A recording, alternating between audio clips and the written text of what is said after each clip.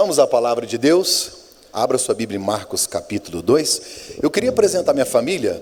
Eu pedi o pessoal da mídia bondosamente para colocar, só para vocês conhecerem nossos filhos. Estou casado com Susan Carla há 23 anos. Ela não foi, ela é a melhor decisão da minha vida.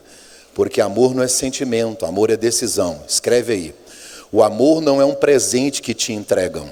O amor é uma obra de arte esculpida com suas decisões diárias. O amor não é um presente que te entregam. O amor é uma obra de arte esculpida com nossas decisões diárias. Quando Deus decidiu nos amar, Ele materializou o amor em Jesus. Jesus na cruz é o grito de Deus dizendo: eu amo você. Então esta mulher é o que Deus usou para transformar a minha vida. Ela me deu 3 presentes. Casados há 23 anos, ela foi e é a melhor decisão da minha vida. Casei com Susan Carla, meu ministério prosperou, minha vida financeira prosperou, engordei 25 quilos, só eu que engordei, ninguém aqui, graças a Deus. Ela me deu 3 rapazes, o Christopher que tem 18, o Nicolas tem 12 e o Frederic que tem 14 anos. 3 rapazes maravilhosos. Esses são os presentes que Deus nos deu ao longo da jornada. Nós não temos meninas, só rapazes. Eu costumo dizer que eu tenho 2 mulheres na minha vida, minha mãe e minha esposa. Recentemente eu postei, tenho 2 mulheres. Uma me deu a vida e a outra a razão para eu viver. Obrigado. Eu senti um clima tenso. Lá em Goiás chama inveja. Eu não sei como é que chama aqui. Faz assim, ó, que passa, tá? Fica tranquilo. Vamos lá então, Marcos capítulo 2. Eu não sei da possibilidade de colocar no telão Marcos 2. Se não tiver, eu vou abrir aqui na minha Bíblia mesmo. Mas se tiver, eu agradeço. Marcos capítulo 2. Eu tinha visto o Douglas, eu não sei se ele está aqui. Pastor Douglas e pastora Val.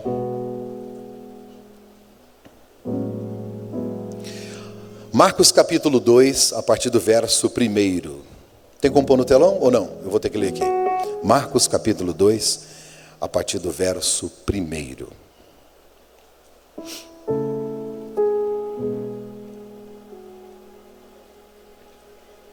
A Bíblia diz assim: alguns dias depois entrou Jesus outra vez em Cafarnaum e soube-se que Jesus estava em casa. Logo se ajuntaram tantos que nem ainda nos lugares junto à porta cabiam, e Jesus anunciava-lhes a palavra. Vieram ter com ele conduzindo um paralítico, trazido por 4. E não podendo aproximar-se dele por causa da multidão, descobriram o telhado onde Jesus estava, fizeram um buraco e baixaram o leito onde estava o paralítico. E Jesus, vendo a fé dele, disse ao paralítico: filho, perdoados estão os teus pecados. Estavam ali assentados alguns dos escribas que arrazoavam em seus corações, dizendo: por que dizeste assim blasfêmias? Quem pode perdoar pecados senão Deus? Jesus, conhecendo logo em seu espírito que assim arrazoava entre si, lhes disse: por que arrazoais sobre essas coisas em vossos corações? Qual é mais fácil?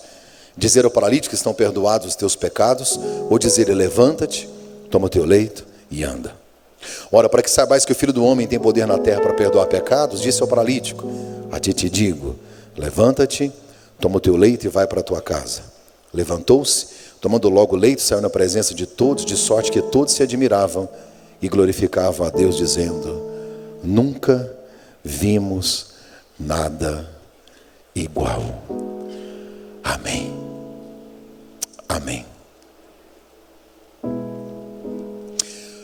O texto é claro quando diz que Jesus estava em casa. Na verdade, Jesus não está numa casa. O texto diz que ele está em casa. Quando a gente vai ler a Bíblia Sagrada e estuda um pouco a respeito de Jesus, a gente sabe que ele não é dessa cidade chamada Cafarnaum. Ele foi criado em Nazaré, ele nasceu em Belém, na Judéia. Mas quando ele completa seus 30 anos de idade, ele resolve morar nessa cidade, morar em Cafarnaum e fazer desse lugar o seu quartel-general. Ele escolheu a casa da sogra de Pedro. Dos 12 apóstolos, Pedro é o mais crente. Ele mora com a sogra e leva a galera todinha para morar lá também. Todo mundo mora lá. Não vou falar mal de sogra. Pastor Josué Gonçalves diz que quem fala mal da sogra cospe no ventre que gerou o maior presente da sua vida. Pastor, não posso falar mal dela? Não pode. É que não tem nada de bom para falar. Só pronuncie uma palavra quando ela for melhor do que o silêncio. Se você não tem nada de bom para falar dela, cale sua boca. Só ore por ela. Senhor, recolhe a tua serva, Senhor Jesus. Orar não é pecado. Jesus vai morar na casa da sogra de Pedro, ou na casa de Pedro. O que me deixa feliz ao estudar o Novo Testamento, os 4 evangelhos, é que você vai observar, por exemplo, Mateus ou João, Jesus está sempre em algum lugar fazendo alguma coisa, mas Marcos, como escreve para os romanos, Jesus está sempre passando, entrando Jesus, saindo Jesus, passando Jesus, mas aqui ele não está passando, ele está em casa, não é qualquer casa, ele está na casa onde ele mora, não é dele, mas ele está lá. E esse texto me conta o que acontece numa casa que Jesus escolhe para morar. Quais são as características de um casamento que Jesus decide viver nele, morar nele, estar nele? Onde é que Jesus se sente à vontade? Ou quais são as marcas de uma casa ou de um lugar onde Jesus decidiu? Aqui eu quero ficar, eu gosto daqui, eu vou ficar aqui. Será que é uma casa onde há perfeição? Se fosse, não teria um paralítico? Jesus escolhe morar numa casa de uma mulher que a dona da casa tem febre, está doente. Então não é a perfeição que ele procura. Nunca foi. Então quais são essas marcas? Jesus está nessa casa. Eu quero começar te fazendo uma pergunta. Se eu colocar câmeras escondidas lá na sua casa, eu vou ver Jesus lá? Pastor, não tem como. O senhor vai ver ele aonde? Na sala? Não, nas suas palavras. O senhor vai ver ele deitado na cama? Não, no vídeo que passa no celular e na televisão. Porque ser cheio do Espírito Santo não tem a ver com a língua que você fala aqui, tem a ver com a língua que você controla lá. A distância entre o que eu prego e o que eu vivo revela o meu caráter. Tinha um cara pregando, e a irmã disse assim: pastor, não estou te ouvindo, fala mais alto. E ele estava desesperado, aos gritos, até que ele não resistiu, porque ela no meio da igreja dizia: fala mais alto, grita mais alto, não estou te ouvindo. Quando a voz dele superou a dela, ela fez assim, ó. Ele disse: é surda? Ela disse: não, é que eu conheço o senhor, gente é vizinho, né? Suas atitudes estão falando mais alto que as suas palavras. Eu não acho difícil pregar para casais, não acho. Eu não acho difícil ministrar às pessoas, eu não acho difícil você ter muitas teorias. O meu maior desafio, a maior dificuldade do Mark Anderson não é pregar no evento mais relevante de casais do Brasil, que é o que nós estamos vivendo. Vou completar 20 anos, é o sonho de todo pregador de casais, é pregar aqui. Esse não é o meu desafio. O meu desafio, por exemplo, eu erro uma vez no ano. É muito raro, muito raro. Eu estou naquele nível Jesus Júnior, tipo...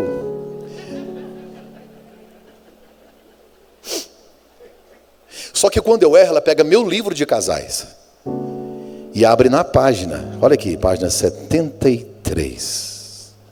Dá uma lida. Jesus está nessa casa, e eu disse de câmeras escondidas, porque se eu for te fazer uma visita, você vai fazer de tudo para me mostrar que ele está lá, que está tudo bem, que está tudo certo. Como é que você recebe visita? Quando você recebe visita, o banheiro está limpo, o cachorro amarrado e os meninos tudo treinado, é tudo organizado.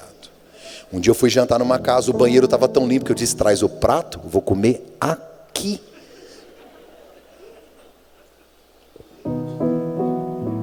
O homem era tão educado, ele era tão gentleman, eu estava com uma raiva dele. Eu fiquei olhando para ele e falei: você não pode ser tão educado. Ele era lindo e educado.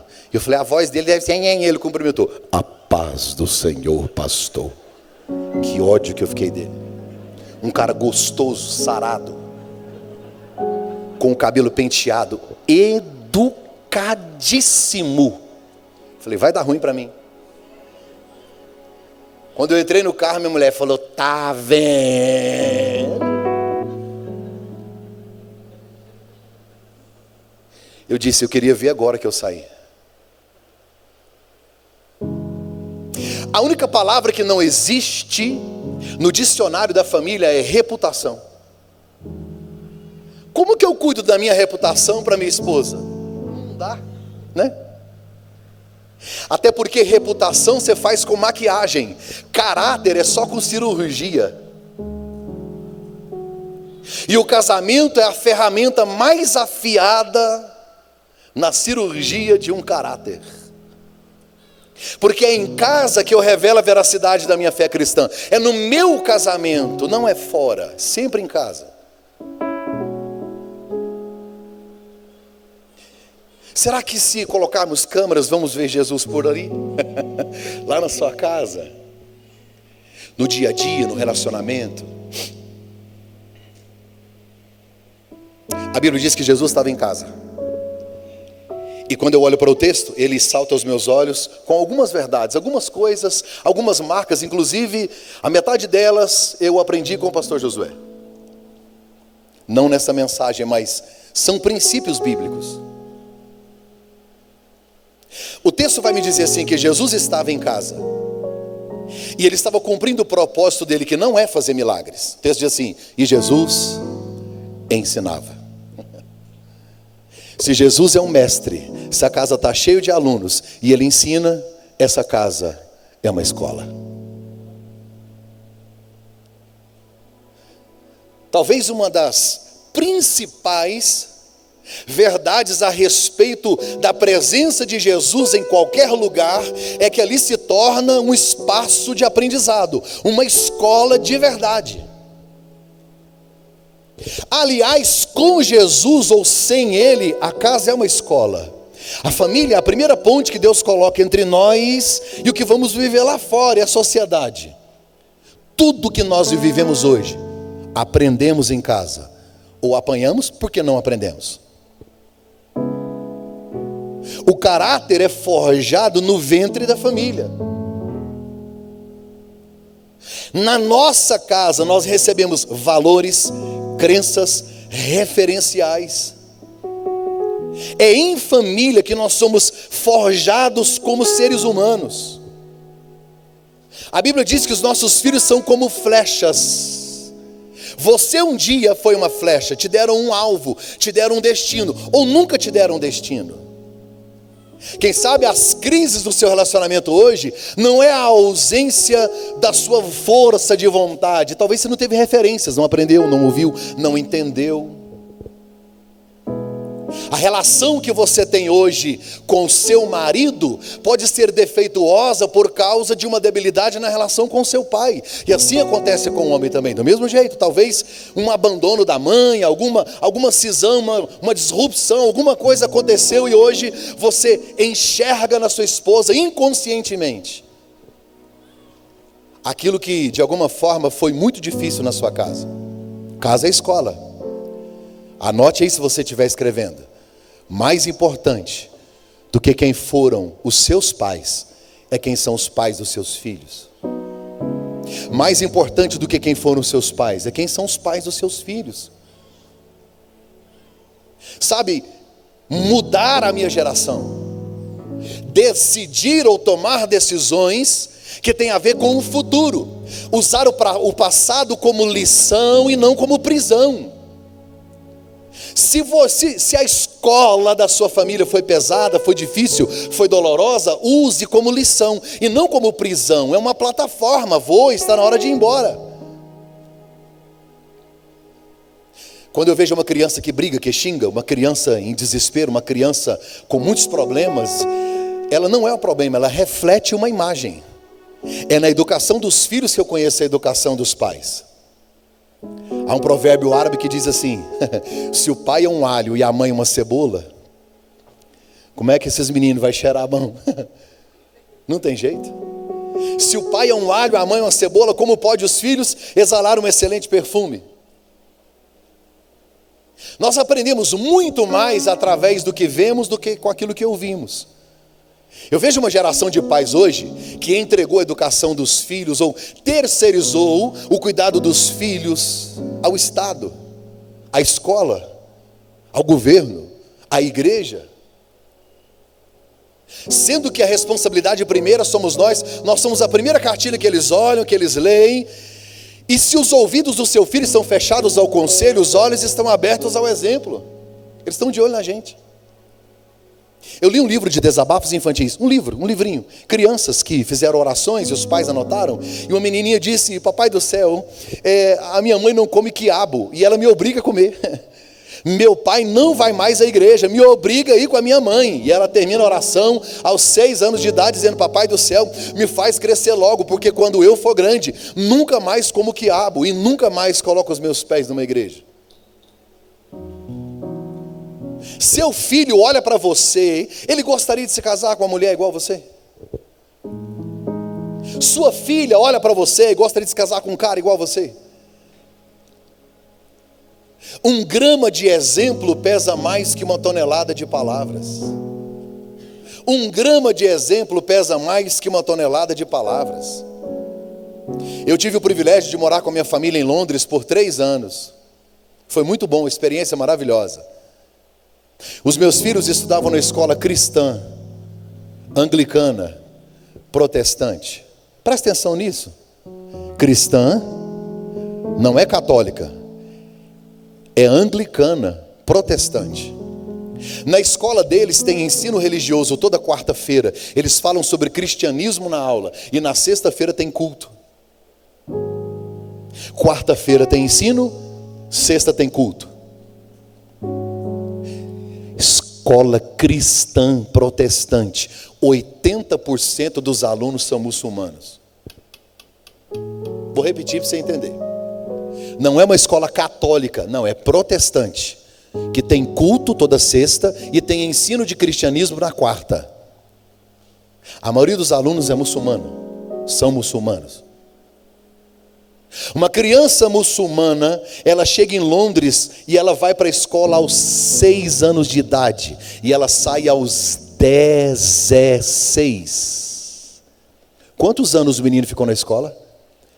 10 anos ouvindo cristianismo, 10 anos assistindo culto, 10 anos numa escola cristã, 10 anos numa escola protestante.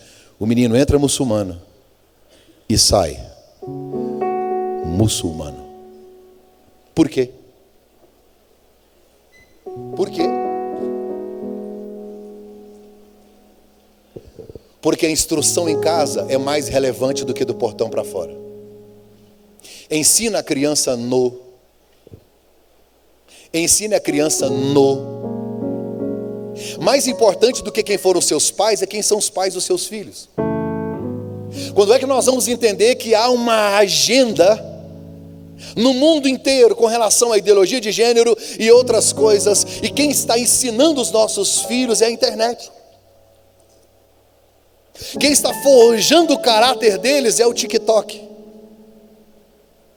Porque não temos tempo, estamos ocupados em deixar um mundo melhor para os nossos filhos, ao invés de deixar filhos melhores para esse mundo, deixando herança e esquecendo do legado.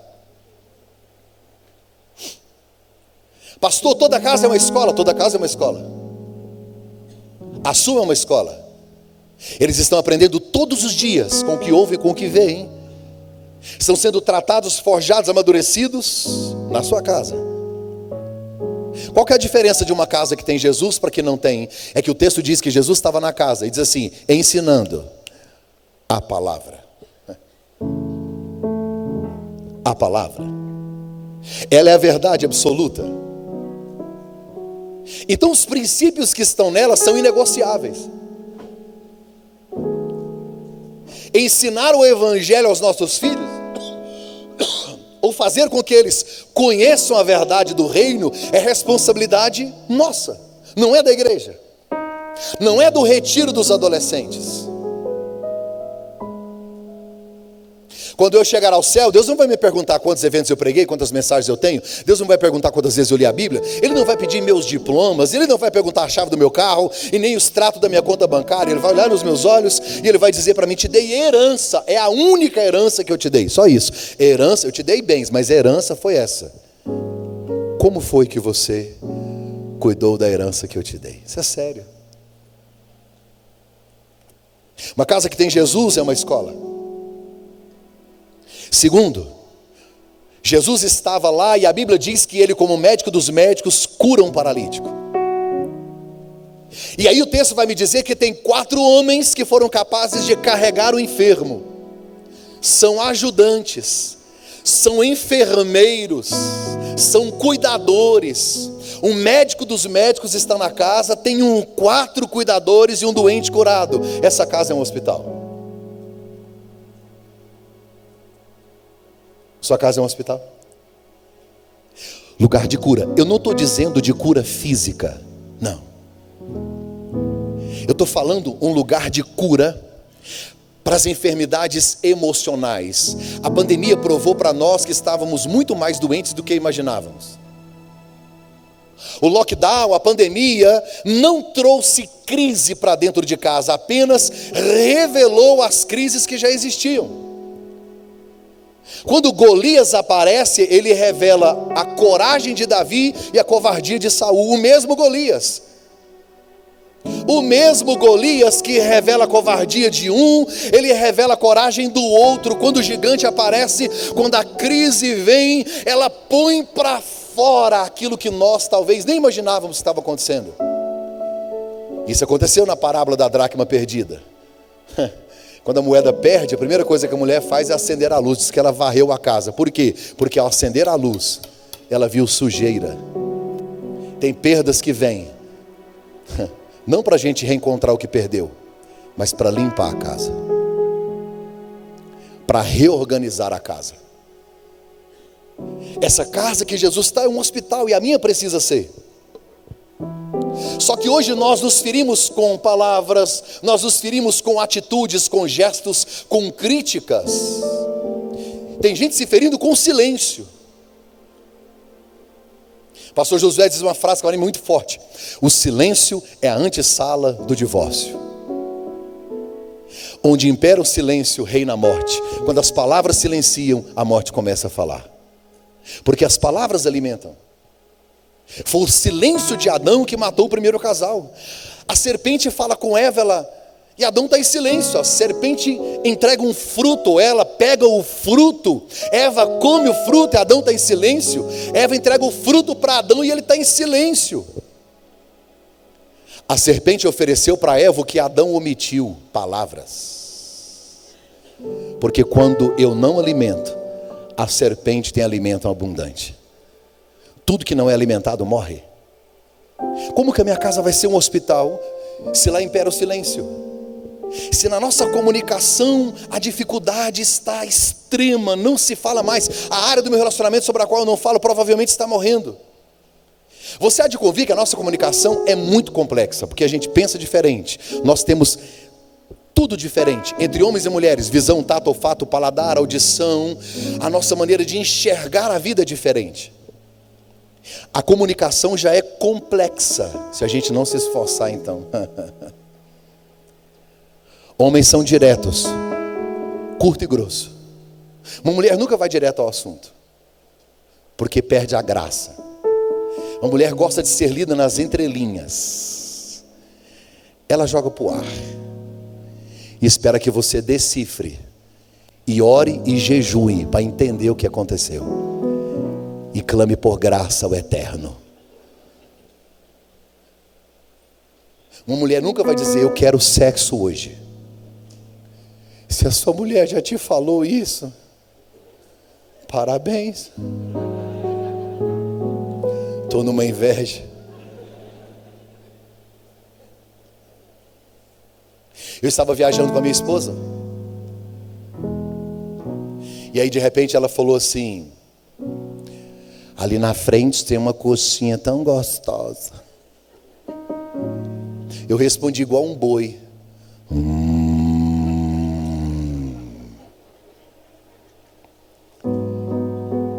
Vou perguntar só aos homens. O que você acha que eu fiz? Eu passei direto.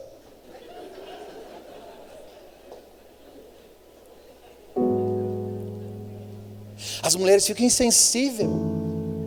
Seu grosso, bruto, ignorante.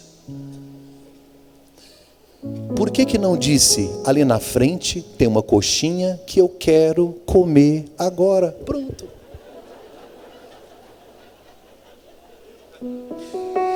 Pastor Josué, ela só fez um comentário que tinha uma coxinha. Você já viu o homem assistindo o gol que já foi feito no dia anterior? Ele assiste 6 vezes o mesmo comentário. Está entendendo que a gente tem dificuldade de entender comentário? Não acontece na sua casa, mas na minha. Às vezes nós já estamos indo dormir, porque é isso que a gente faz depois que casa. A gente dorme.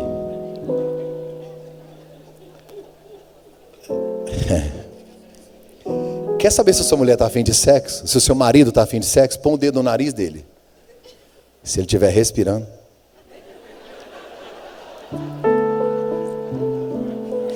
Aí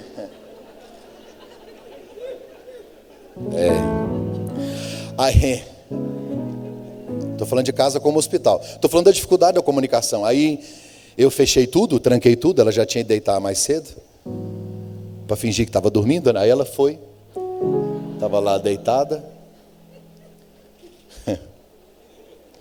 Eu ouvi uma palestra hoje cedo.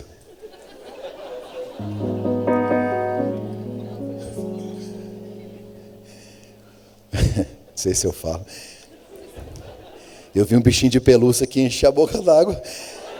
Falei, gente do céu, nunca vi desse tamanho não. Que susto que eu levei, nunca tinha visto. Eu tenho uma vaga memória.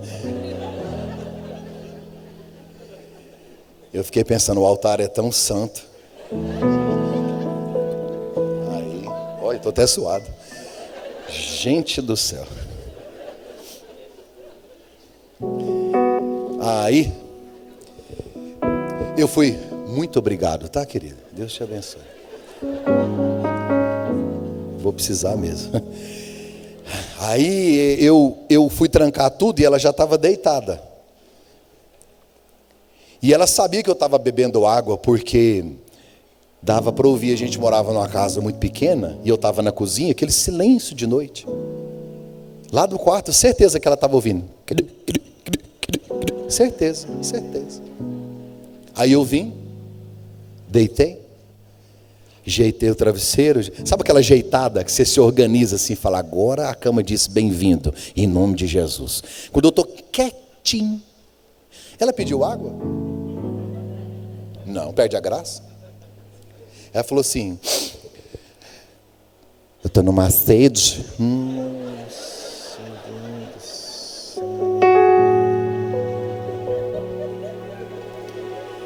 Solomana de Marretio, Solomana de Guerã, só se for.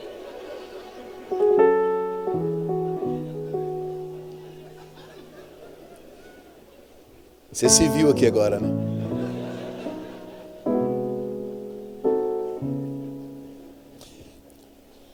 Nós temos dificuldade na comunicação, que é natural, e nossas diferenças não nos tornam inimigos, elas nos completam. Presta atenção no que eu vou lhe dizer. Não tem como minha casa ser um hospital onde se fornece veneno. A Bíblia diz que língua ou é remédio, ou cura ou mata. Porque se no meu relacionamento não se oferece remédio, não é hospital, é cemitério. Aí eu não sou um agente de cura, eu sou um coveiro. A gente come estresse na rua, come estresse no trânsito, come estresse no trabalho e vomita onde? Por que a gente vomita em casa? Porque nós confundimos intimidade com desrespeito.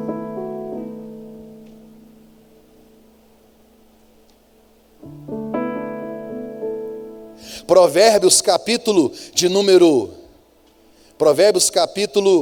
16 e verso 24 diz que palavras agradáveis são como favos de mel, doçura para a alma, saúde para os ossos.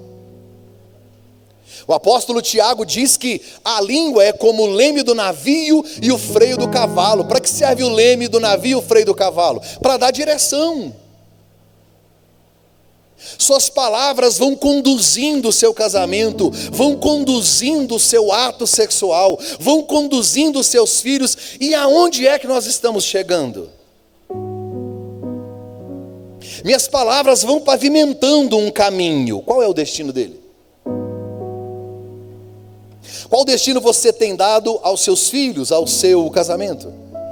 Eu me lembro um dia que eu cheguei de viagem, eu estava viajando bastante, viajando muito. E aí eu cheguei no aeroporto em Goiânia e minha esposa foi me buscar, ela sempre ia me buscar. E sempre que ela ia me buscar, que eu ia para o carro, ela estava sentada do lado do passageiro. Porque eu nunca entendi porque que ela não gosta de dirigir perto de mim. Só não mãe, Nadima.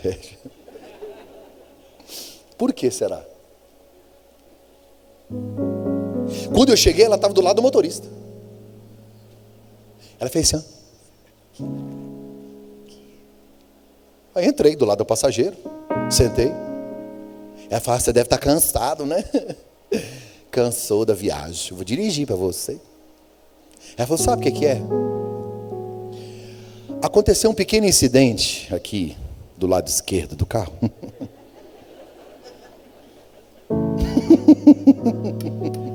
Está entendendo que ela não queria que eu desse a volta, né? Mas não foi nada demais. Um arranhãozinho. Cheguei lá em casa, quando eu desci do carro, que eu dei a volta, falei, cadê a carreta que passou aqui? Peguei e liguei para o cara do seguro e falei, você esqueceu de renovar, viajou, não renovou? Está cancelado. Eu olhei nela, não pensei em divórcio, só em assassinato. Aí fiquei olhando. Aí fui orar. Dobrei os meus joelhos e eu fui reclamar com Deus que eu estava cansado, que eu tinha outras coisas para pagar, que a gente estava cheio de coisas para resolver, as finanças não davam, e fui reclamar. Depois de uns 40 minutos orando, o Espírito Santo disse, eu sei que você está preocupado com a parte financeira, realmente custa caro algumas coisas. Agora responde para mim, o que é mais barato? Consertar o seu carro ou o coração da sua esposa? Levantei, respirei fundo, fui até ela, dei um abraço e disse, querida, o carro foi feito para usar. E fiquei pensando, não desse jeito, mas... Só que eu só pensei, eu não falei. Isso aí. Qual destino nós estamos dando? Muitas vezes, casamento é trocar o elogio de muitos pela crítica de um só. Infelizmente, alguns relacionamentos, um casamento é isso, é trocar o elogio de muitos pela crítica de um só. E ninguém morre com indigestão quando engole uma palavra que não deveria ser dita. E a gente fala. Quem diz tudo que pensa não é franco, é mal educado. O apóstolo Paulo diz que eu preciso dizer tudo, a verdade, em amor. Não é o que você fala, é como. Como é que eu vou semeando lixo o dia todo e depois quero colher pérolas? Olha para mim. Se você não retirar o lixo da sua casa, chegará um dia em que você vai ter que retirar a sua casa do lixo. Para de jogar entulho. Eu me lembro um dia que eu cheguei em casa, eu fiz a 8ª série 3 vezes. Tudo que eu faço é bem feito. Aí... cheguei em casa. O que vocês estão rindo, gente? Vocês são mal demais. Eu cheguei em casa. Aí falei para minha mãe assim, mãe, que cor é o amor? Ela disse, é vermelho. Eu falei, está aqui meu boletim, te amo. Aí a gente conversou, aí passou. Aí meu pai chegou. Meu pai pegou o boletim, colocou em cima da mesa, sentou de frente comigo. E ele disse assim, você é um fracasso. Você nunca vai chegar a lugar nenhum. Eu tenho vergonha de você. As feridas mais profundas vêm de quem nós mais amamos. Espírito Santo diz à minha alma que alguém que entrou aqui, no seu coração tem uma floresta com frutos podres que foram gerados de palavras de antigamente, de um outro relacionamento, de um pai, de uma mãe, de alguém que não temia a Deus, que não entendia e lançou em você, e até hoje você acredita nisso. Eu acreditei por longos anos. Não conseguia terminar a escola, não conseguia terminar o seminário de teologia, não conseguia terminar a faculdade. Primeira crise do meu casamento, eu só tinha uma certeza: vai acabar. Eu vivi uma vida de atropelos, de retrocessos, porque aquilo gritava na minha alma: nasci para ser um fracasso. As feridas mais profundas vêm de quem nós mais amamos.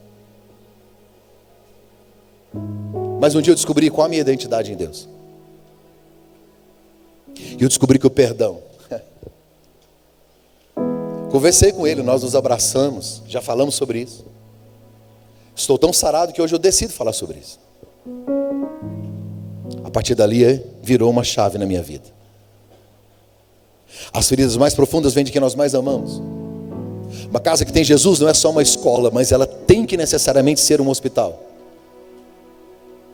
Onde nós diminuímos as críticas, aumentamos os elogios, vigiamos no que falamos, guardamos para nós palavras que ferem, porque para ser um hospital não pode ter veneno, tem que ter remédio. Primeiro, uma escola. Segundo, um hospital. Terceiro, uma casa que Jesus está nela, é um refúgio. Um lugar de paz. Olhe para mim. Você tem noção de quantas pessoas tinha nessa casa? O texto diz que não havia lugar junto à porta. Está no singular, só havia uma porta. Uma casinha pequena e está lotada. Sabe por que ela está cheia? Aqui na minha Bíblia, não procure na sua, não tem. Na minha Bíblia tem, aqui em Acrescentares, perto de Heresiastes, capítulo 1312. Aqui tem uma lista das coisas da casa de Pedro. Está aqui, ó. A piscina aquecida, tem uma sauna, tem ar-condicionado nos quartos, tem um sofá gigante, tem Netflix instalada, tem um Wi-Fi de alta velocidade e uma garagem para 4 camelos. Tem isso na casa de Pedro? Por que ela está cheia? Por causa da presença. O príncipe da paz está lá e é tão gostoso ficar perto dele, que é no deserto, na Palestina, a casa é pequena, está lotada, e ninguém quer sair, porque é maravilhoso ficar lá. Existem casas que nem quem mora nela quer voltar para ela. E não adianta só eu orar, ou clamar, ou pedir um milagre. Eu preciso decidir ser um agente de paz, trazer paz para minha casa, em tudo que eu faço. O apóstolo Paulo, escrevendo aos Gálatas, e o pastor Douglas citou hoje de manhã, quando ele escreve aos Gálatas, ele escreve para 4 igrejas: Antioquia da Pisídia, Listra, Icônio e Derbe. Estava tendo uma confusão na igreja, e ele diz assim: cuidado para que não vos mordeis e vos devorais. Tem gente se mordendo em casa. Não dá para ser um refúgio. Vou te explicar o que é refúgio, presta atenção. 3 horas da manhã você está de carro e a gasolina acaba. Aí você desce do carro para procurar uma gasolina, aparece um pitbull desse tamanho assim. Aí ele sorri para você. Aí vem uma voz do além: eis meu servo que eu falo contigo. Vaza, porque o bicho vai pegar. E você sobe a rua. E ele vem atrás. O Satanás está até o diabo está endemoniado. E vem. E de repente um portão abre. Gente, se você está correndo de um pitbull 3 horas da manhã, de madrugada, sozinho, eu te juro que você ouve anjo cantando. Quando abre o portão, aleluia. Quando você entra, que fecha o portão, o pitbull fica de fora. Você está aqui, ó. Essa casa foi um refúgio. O problema é que em algumas casas o pitbull está aí de dentro.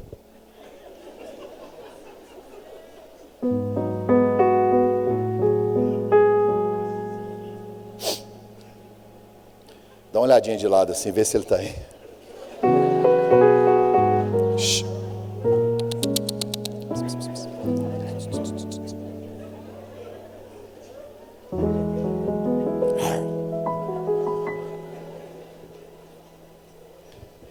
Os caras estressados demais.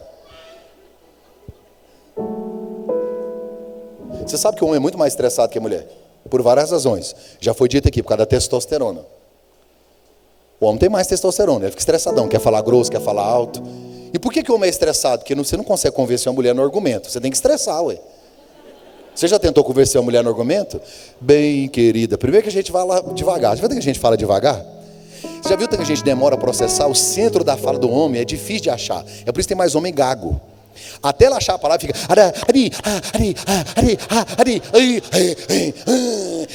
Esqueci. Até ela achar, onde é que está? Fica aqui. Como é que você convence a mulher no argumento? Aí a gente vai lentamente tentando raciocinar. Querida, eu estava pensando...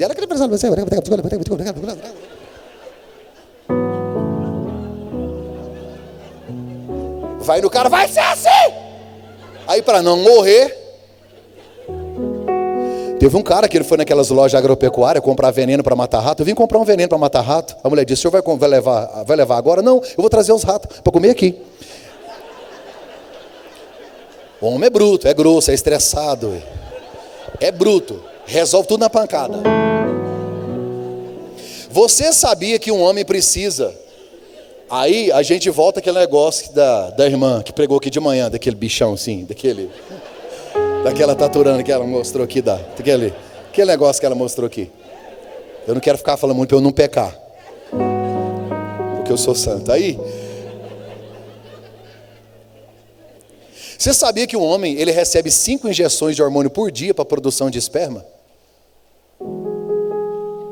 Não é por vez, é por dia. Aí quando não libera, aí você fica vendo os caras.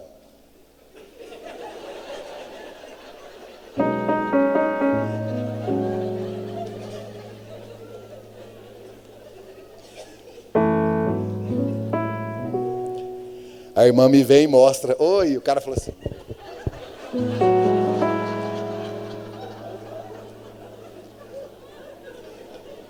Te juro que o irmão lá atrás... Por que vocês riem disso?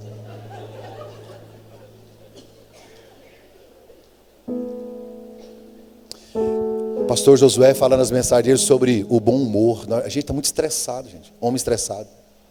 Mulher estressada. TPM, treinada para matar. Muito estresse. Estresse excessivo. Sobrecarga, porque antigamente ela tinha cuidado dos filhos, do marido, agora outras coisas foram surgindo e ela se tornou relevante na sociedade, a gente sabe da necessidade. O estresse, não está conseguindo controlar o próprio estresse. E vai acumulando, vai acumulando. A Bíblia fala que é melhor você morar sozinho do que com uma mulher rixosa e iracunda. Iracunda é tipo... No latim é ira com corcunda.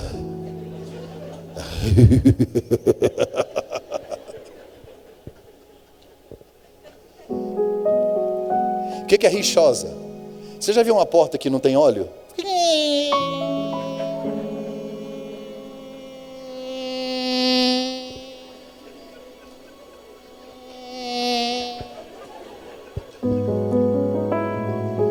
O cara chega em casa, ela já vai... O cara fica... Ele vai tirar o sapato, ela fica em volta. O cara vai beber água, já falei. O cara entra no carro, ela fica rodeando o carro. Já falei pra você, o cara vai pro banheiro, ela fica na janela.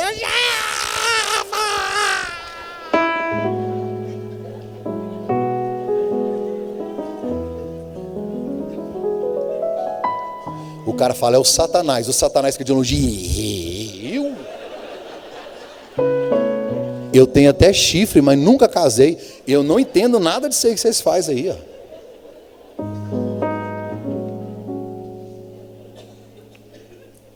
Nós estamos chatos por coisinhas tão ridículas. Pedi perdão para minha esposa. Falei, me perdoa? Ela disse, por quê? Porque eu estou chato? Ela disse, não, você não está chato. Eu vou embora. Até vocês. Me ajuda. Sabe o que ela falou para mim? Ela falou, os muçulmanos têm os xiitas, aqui em casa tem os chatos. povo chato. A gente não ri mais. A gente acha que seriedade é santidade. Nem sempre. O dia que você for para sua casa, desliga a internet, desliga tudo. Liga uma série da Netflix, põe os colchão no chão, arrebenta a pipoca, embaraça as pernas, todo mundo assim, você, mulher, os meninos, todo mundo. Sabe como é que eu chamo isso? Culto. Porque se Deus sorriu, é culto. Deixa de ser chato. Enjoado.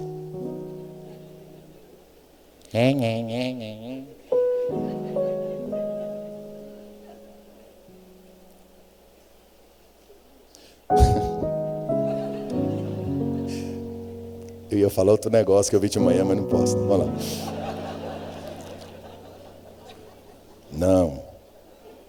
Não, eu tô.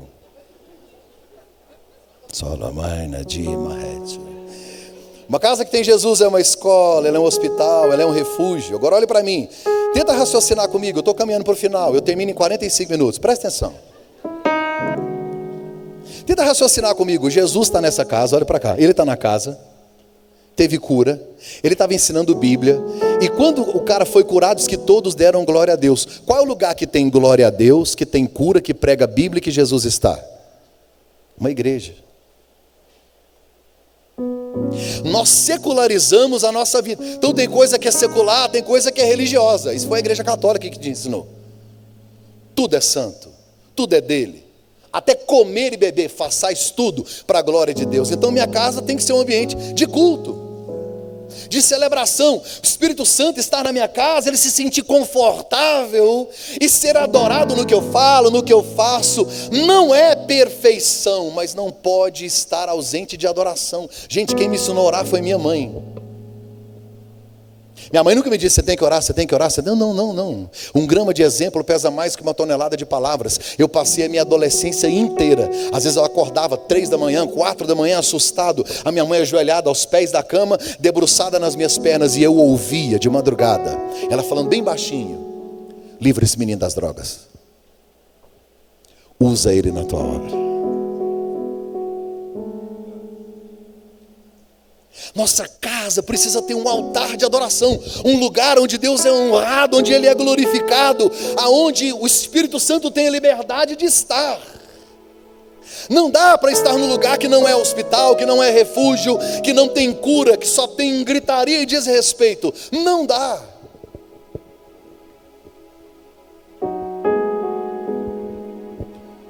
Lá em Goiânia tem uma febre de adesivo. Os crentes gostam de pôr adesivo por todo lado, principalmente nos carros.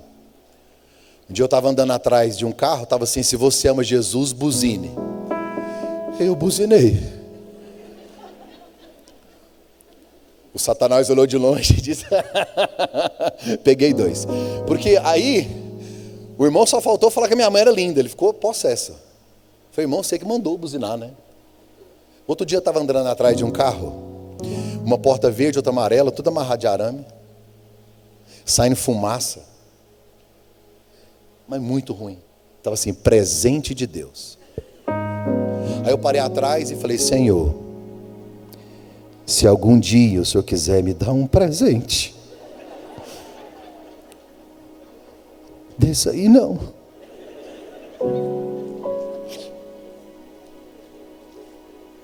Aí me faz lembrar de uma história que o pastor Josué conta. Acho que foi o pastor Josué que contou. De uma mulher que escreveu na casa dela assim, acho que foi o senhor conta, né? Esta casa pertence ao Senhor Jesus. Ó, Jesus está na casa. Ah, o vizinho dela não gostou não. Gostou não. O vizinho dela chamou a mulher e falou assim: nunca entrei numa igreja, nunca li Bíblia, não sou crente. Mas o Jesus que eu já ouvi falar nessa casa, mas nunca, essa mulher é louca. Você vê, tem 10 anos do marido dela saiu para comprar um leite. Nunca voltou, por certo não achou a marca que ela queria, mas já tem 10 anos. Os filhos vivem acuados dentro do quarto, tudo com medo, vivem gritando, chorando, ela espanca todo mundo. O cachorro não sai da casinha de medo. O periquitozinho, aquele bichinho, o passarinhozinho dela, voou. O papagaio não voou porque ela cortou a asa, mas eu vi, ele foi embora a pé. Foi embora, a pé, ele foi embora.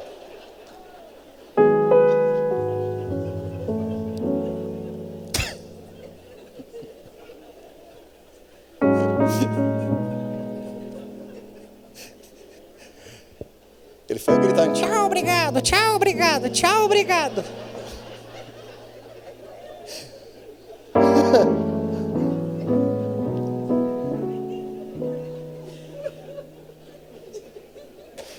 Eu preciso parar com isso. O senhor me perdoa? Depois do que eu vi que hoje cedo, o senhor perdoa qualquer. Tá tudo tranquilo. Tá de boa. Aí,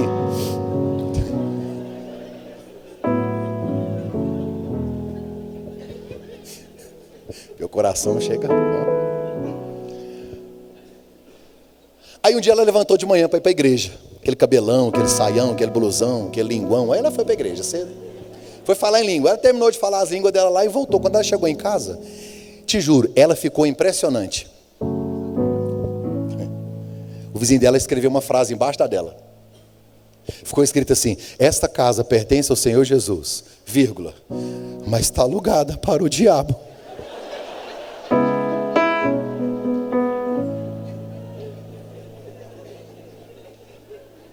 O pastor Josué rindo da história dele, acho engraçado isso. É demais.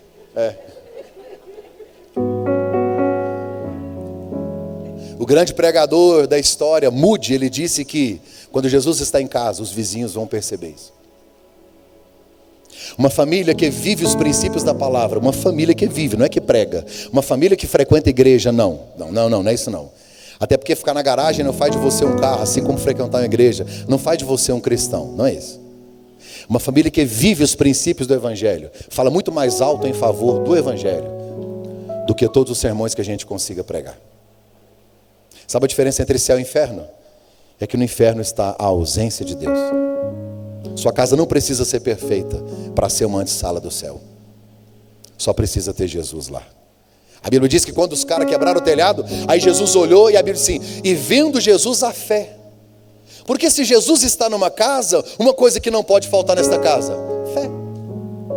Uma casa que tem Jesus, além de ser escola, hospital, refúgio, igreja, é um lugar que tem que ter muita fé. Como é que Jesus viu a fé? 4 homens quebrando um telhado, sujos, rasgaram a roupa, estão lá suados, lutando para descer um paralítico que não se ajuda. Jesus olha, tem 5 homens. Oi, atitude. Jesus está agindo. Atitude, porque a fé sem obras tem que ter o quê? Atitude. Escreve aí. Telhado quebrado, paralítico inteiro. Paralítico, telhado inteiro, paralítico, quebrado. Telhado quebrado, paralítico inteiro. Telhado inteiro, paralítico quebrado.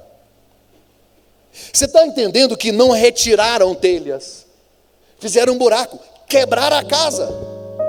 Quebraram a casa. E não é qualquer casa, é a de Pedro, para ele arrancar a espada e sair cortando a orelha de todo mundo. Quebrar a casa. O que você está disposto a quebrar para as paralisias cessarem? Pastor, estou com um problema financeiro, eu quebro o telhado. Não, pode ser o cartão de crédito. Pastor, eu não consigo perdoar. Que tal quebrar o orgulho? Pastor, estou sendo tentado, tentada, está me cercando, estou me sentindo cerceado, tentado, está me mandando mensagem e eu estou gostando. Bloqueia! Quebra. Mexe na estrutura. Na vida não tem perdas sem ganhos, não tem ganhos sem perdas, aliás. Um dia que você está disposto a mexer, a quebrar, a mexer na estrutura para que as paralisias cessem. Eu me lembro que eu estava viajando muito, pregando muito, viajando muito.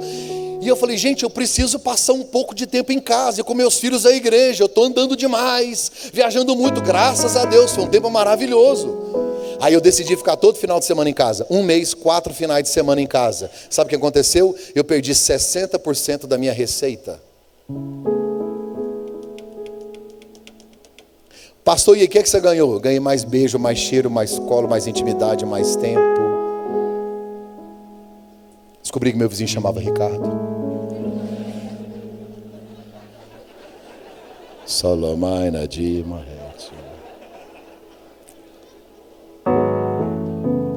Quando Deus foi criar todas as coisas, Ele disse: haja luz, haja, haja, haja. No sexto dia Ele não disse haja. Ele desceu e colocou as mãos. Porque a gente só sobrevive com toque. Isso é maravilhoso. A mulher tem várias partes erógenas, várias. E uma mulher é diferente da outra. Aliás, ela é diferente dela mesma, depende do dia do mês. Tudo muda. E a gente vai descobrindo, ela vai caminhando com a gente, né? Tem coisa que você não pode fazer. Cadê a rádio? 99.3. Não pode. Ela vai conduzindo. O homem tem 3 partes erógenas: o pênis, o pênis e o pênis. E a gente vai se descobrindo. Você não precisa de toque, precisa de abraço. O texto vai me dizer que Jesus viu a fé nas atitudes. O que você está disposto a sair por aquela porta, a quebrar, para salvar seu casamento? Vai quebrar esse relacionamento que vai te matar? Essa amante que ninguém sabe, vai quebrar esse elo, esse pacto, essa obsessão por dinheiro, por sexo, por pornografia, não sei. O que é que você vai quebrar? Vai jogar fora uma senha, vai bloquear. Quebra! Eu prefiro ver o telhado quebrado e o paralítico andando. Eu olhar para ele e saber: quebrei, perdi alguma coisa, mas o que é mais relevante, está curado, está sarado, está andando, está vivo, está abençoado, está inteiro, está salvo.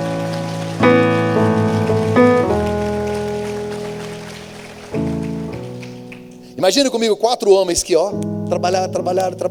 Quando eles colocaram o cara na frente de Jesus, eles queriam que o cara fosse curado, é lógico. Aí Jesus olha para o cara e fala assim: está perdoado. Acho que os caras olhou e falou assim: ah, não.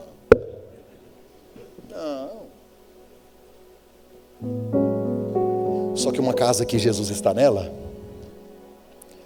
tem que ter o que, gente? Perdão. Olha para mim. Antes de Jesus fazer o milagre, Ele libera o perdão. Sabe por que muitas paralisias ainda permanecem? Por falta de perdão. Presos ao remorso, ao passado, chafurdados na lama de um rancor, de uma amargura, de alguém lá atrás, acumulando lixo, carregando malas pesadas. Entra no quarto com o cônjuge, não tem prazer, não se liberta, não se entrega, não sabe o que acontece, o cônjuge também não está sabendo, mas lá no fundo, alguma coisa ficou lá atrás. Jesus está me mostrando que, para que o paralítico ande, para a paralisia cessar, eu preciso primeiro liberar o perdão. Por isso, finanças paralisadas, vida sexual paralisada, intimidade, comunicação, tudo travado, e vai se arrastando, arrasta a família, arrasta o casamento, o relacionamento com os filhos. Não tem como a paralisia acabar antes do perdão. Gente, perdão não é sentimento. Ninguém acorda: gente, que vontade de perdoar. Segura. Me segura, senão eu vou perdoar todo mundo. Perdão é decisão. Nenhum relacionamento sobrevive sem perdão. Diga comigo assim: perda. Diga comigo: perda. A palavra em português perda, no diminutivo, é perdinha. No aumentativo, é perdão. Perdão é uma perda grande. E ninguém aqui foi treinado para perder, a gente só quer ganhar. Pastor, mas não merece. Isso é perdão. Mas ainda dói. Isso é perdão. Olha para a minha mão. Perdoar. Perdoar. Perder no ar. Perdoar é perder no ar. É deixar voar. E você percebe que quando você liberta o outro, é você quem fica livre. Porque quem não perdoa, dorme com o inimigo todos os dias. Perdoar é reconhecer que só Deus tem o direito de julgar. É reconhecer minhas imperfeições. Perdoar é ser grato a Deus pelo perdão que Ele me deu. É oferecer amor quando não se tem motivo para amar. A Bíblia diz na parábola do filho pródigo que o menino pediu para o pai a herança. Ele falou: eu quero a minha parte da herança. Só que a gente não pede herança e não recebe herança de quem está vivo. A gente recebe herança de quem morreu. O filho pródigo em Lucas 15, ao pedir herança para o pai que está vivo, é como se ele dissesse: para mim o senhor já morreu, eu só quero a herança. Olha para cá. Ele matou o pai no coração. Ele matou o pai no coração. Aí um dia ele chega. Quando ele chega, o pai disse: gente, vamos fazer uma festa? Porque este meu filho estava morto. Quando você mata alguém no seu coração, quem morre é você. Eu estive na cidade de Stratford, na casa de William Shakespeare. Quando você chegar lá algum dia, entre no museu dele, está escrito bem grande na parede assim: guardar ressentimento é como beber veneno esperando que o outro morra. Perdoar é rasgar a promissória para eliminar as cobranças. C.S. Lewis disse que o perdão é uma ideia maravilhosa, até que você tem que perdoar alguém. Eu queria orar hoje para que o Espírito Santo te ajude. Jogar esse fardo fora. Tem gente aqui cansada de carregar o que você não deveria estar carregando. Se Deus não nos ajudar, se não for a graça, se não for o eterno, não dá. Não tem como com o meu esforço jogar fora esse lixo da minha alma. Talvez o seu coração esteja hoje como um aterro sanitário. O Espírito Santo hoje vai trazer cura para você. A última coisa que eu vejo no texto é que uma casa em que Jesus está é uma casa de milagres. A Bíblia diz que o homem levantou e ele ficou em pé. Jesus está na casa e o paralítico está lá. Porque uma casa que tem Jesus tem paralítico. Um barco que tem Jesus tem tempestade. A vida cristã não é uma sala VIP com ar-condicionado. É muito mais um campo de batalhas do que um parque de diversões. O paralítico, ele vai estar na casa, de vez em quando alguma coisa vai se arrastar, de vez em quando alguma coisa vai se paralisar, de vez em quando teremos nossas crises, nossos problemas, nossas diferenças, de vez em quando haverá, mas se ele estiver lá, tem que andar. Eu não posso me conformar em estar com o meu relacionamento como está, há 5 anos, 8 anos, 10 anos, e nunca muda. É como se o remédio ficasse na prateleira e eu sentado em frente, morrendo, doente, porque não quero tomá-lo. Jesus está na sua casa? Posso colocar câmeras lá? Eis que estou à porta e bato. Se abrir, primeiro tem que ouvir. Ouviu? Abre. Abriu, eu entro. E eu vou entrar para ficar. E o ceiar ali é comer junto, é comunhão. Ele está dizendo: deixa eu fazer parte do processo. Não quero perfeição. Ele só quer que você permita que Ele trabalhe, para que os milagres aconteçam. Eu termino em 5 minutos. Olhe para mim. O que acontece quando Jesus entra numa casa? Muitas coisas podem acontecer. O último ponto aqui foi que um grande milagre aconteceu. Eu já vivi muitos milagres na minha vida. Eu por quase 2 anos lutei com a minha esposa num processo depressivo, onde eu ouvia várias vezes ela me mandando embora de casa. Ela não queria que eu ficasse em casa. Ela não queria ficar mais casada comigo. E foi justamente quando eu comecei a pregar para casais. Porque Deus te fere na área que Ele vai te usar.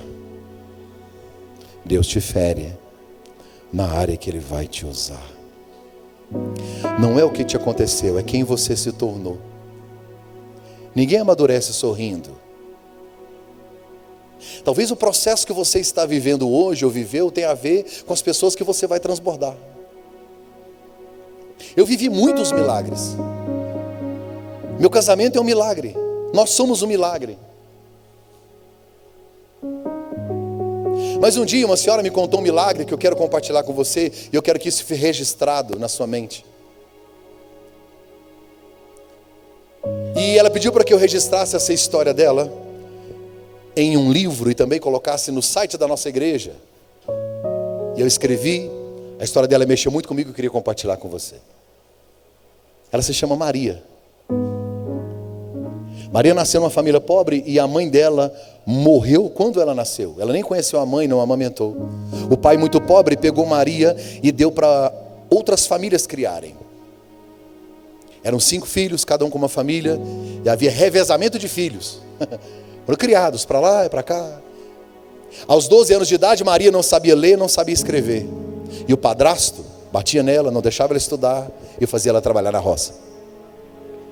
Ela resolveu estudar, então aos 12 anos, ela pegou uma lata, encheu de laranja lá na roça, andou 3 quilômetros a pé, foi até a cidade, vendeu a laranja, comprava lápis, caderno e ia estudar. Ela me contou que foi muito difícil os estudos.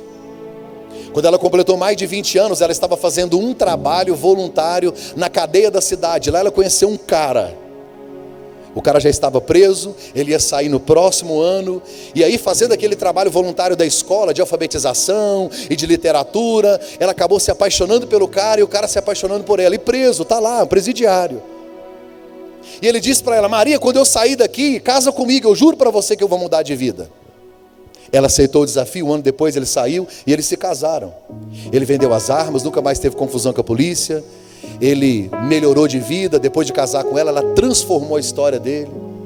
Chegaram a comprar um supermercado na cidade. E com 5 anos de casados, eles descobriram que Maria não podia ter filhos. Ela ficava constrangida de ver o marido levando crianças para casa, brincando com os sobrinhos, levando outras crianças. Ela não podia dar filhos. E um dia ela foi numa igreja chamada Igreja Presbiteriana do Brasil. Quando ela entrou na igreja, o pastor pregou a mensagem sobre Ana, a mulher estéril. Maria chorou o culto inteiro. No final da mensagem, o pastor citou o salmo que diz: Deus faz com que a mulher estéril habite em família e seja alegre mãe de filhos. Ela nem saiu do banco, ela estava impactada. Pastor Crispim, da igreja presbiteriana, tradicional, igreja presbiteriana do Brasil, foi até ela e disse: por que a senhora chora tanto? Posso orar pela senhora? Que o senhor contou a minha história, eu sou como Ana, mas eu não posso ter filhos, eu nunca tive milagres. O pastor disse para ela: a senhora precisa convidar Jesus para a sua casa. Ah, mas eu sou religiosa, eu batizei mais de 70 crianças na minha religião. O pastor disse: não, eu vou ensinar a senhora o que é levar Jesus para casa. Conhecer Jesus de verdade, ter um relacionamento com Ele e não com religião. Ela disse: eu quero Jesus. Marido da Maria, eu quero Jesus. O pastor disse: essa decisão de vocês dois gerou uma palavra profética. Um pastor tradicional da igreja presbiteriana olhou para ela e disse: pegue uma agenda e anota, daqui 1 ano a senhora vai dar à luz. Ela ficou impactada com aquilo. Ela nunca tinha visto aquilo. Ela batizou, ficou na igreja 1 ano depois, no mês que o pastor havia profetizado. O marido dela, mais a Maria, saíram correndo para o hospital porque a bolsa dela estourou. ela foi dar à luz ao milagre que Deus havia feito na vida dela. Já tinha feito tratamento no Brasil inteiro, vários tratamentos, e nunca tinha resolvido. Agora uma oração, uma palavra profética, ela dá à luz. Ela chega no hospital da cidade, estava fechado. Ela teve que viajar a uma outra cidade próxima. Um médico que não a conhecia, quando ela chega lá, era 6 horas da manhã de um sábado. Um médico, não conhecendo o processo dela, dá uma injeção para aumentar as contrações. Ele não sabia que o pente dela é colado, ela não pode ter parto normal. Eu não entendo disso, gente, ela só me contou. Presta atenção. O médico deu uma injeção nela, deixou ela com as enfermeiras e viajou. Ela ficou perdendo o líquido amniótico sábado, domingo, segunda. Ele chega terça de manhã. Você tem noção do que está acontecendo? Quem entende um pouquinho de saúde já sabe o caos que está. Maria deitada numa cama dando convulsão. Ela tremia, a barriga tremia e parava, como se a criança estivesse dando parada cardíaca e respiratória. O médico, em desespero, chama todo mundo e sai brigando com todo mundo, como se a culpa fosse dos outros. Leva ela para a sala de cirurgia. Ela disse para mim que sentiu ainda os primeiros piques ainda do bisturi, do corte, porque a anestesia não havia nem pego direito. Quando o médico retira o bebê, aquele silêncio. Ele teve que reanimar a criança. Com muito sacrifício, a criança chora.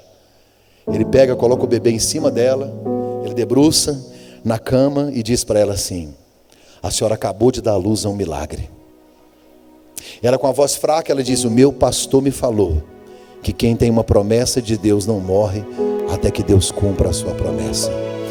Ela chamou o pastor e disse: vou fazer igual a Ana fez, vou consagrar o meu filho a Deus. Quando o menino completou 3 anos, ela chega na igreja com o menino com cabelo enorme. Ela fez o voto de nazireu. Você pensa que ela não cortou o cabelo? O pastor disse: menina do céu, isso é coisa do Antigo Testamento, não precisa. Já fiz, pastor, já fiz. Aí aos 3 anos ela corta o cabelo, faz uma festa para 150 crianças. Deu bola, brinquedo, deu boneca, deu carrinho para todo mundo. Crianças só de creche, crianças de orfanato, nunca tinha ido na festa. Ela fez a festa, fez uma festona para as crianças, pregou o menino, entregou na mão do pastor e disse: pastor, fala para Deus aqui, para todo mundo, que a partir de hoje não é mais meu. Fala para Deus aí. É dele, para ele levar, para ele usar, vai fazer o que ele quiser. Eu já entendi que não é meu.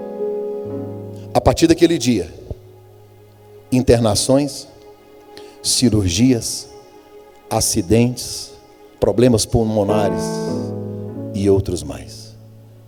Um monte de coisas. E aqui eu encerro. Um dia os pais desse garoto estavam viajando de férias. Ele estava com 5 anos. Estavam voltando de férias. Era madrugada, o sol não havia nascido, chegando perto de uma cidade chamada Goiás Velho. Dona Maria me contou em detalhes. Quando ele estava quase chegando em Goiás Velho, ele estava no meio de um comboio de caminhões. Haviam 5 caminhões carregados de gado. 3 caminhões na frente e 2 atrás. Ele só tinha conseguido ultrapassar 2 caminhões, estava bem no meio. O menino acordou com vontade de ir ao banheiro. Dor de barriga. O pai disse: não posso parar. Não posso parar, está de noite, está escuro, é madrugada. Os caminhões, já passei só 2, faltam 3. Eu estou no meio, é carga viva, não dá. E o menino desesperado, o pai teve que encostar. Quando o pai encosta, os 2 caminhões passam, vão embora. Ele estava no meio, agora já está atrás. O menino vai no acostamento e começa a assoviar. O pai diz: não vai fazer nada. Ele falou: não, já passou, não tem nada. O pai pega o menino com muita ira, coloca no carro e sai cantando, fritando os pneus. Quando ele faz a última curva, chegando em Goiás Velho, o sol nasce. Uma ponte bem estreita. Um boi grande que estava lá no pasto, ele pulou a cerca e ficou no meio da ponte. O primeiro caminhão bateu e parou. Os outros 4 caminhões engavetaram, entraram um dentro do outro. Havia muitos caronas. Todas as pessoas morreram. Mais da metade do gado. Quando aquele pai desceu do carro, que ele olhou aquela tragédia na pista, gado se arrastando, gado morto, gente morta, tudo misturado, ele não conseguiu sair do lugar, porque ele estava no meio. Dona Maria veio, desceu, sacudiu ele, falou: homem, eu não te falei que quem tem uma promessa de Deus não morre enquanto Deus não cumpre essa promessa? Nossa família é uma promessa de Deus, esse menino é uma promessa de Deus. E ela deu uma palavra para ele, e ele que estava desviado da igreja, tinha voltado a fumar, estava bebendo, sabe o que ele fez? Voltou para a igreja, rapidinho, é presbítero da Assembleia de Deus. Aquela mãe, hoje ela é líder do ciclo de oração, e o menininho de 5 anos, sou eu, Mark Anderson, que vim aqui hoje para te dizer que quando Jesus entra numa casa, um milagre acontece. Você pode se colocar de pé em nome de Jesus? Você pode se colocar de pé?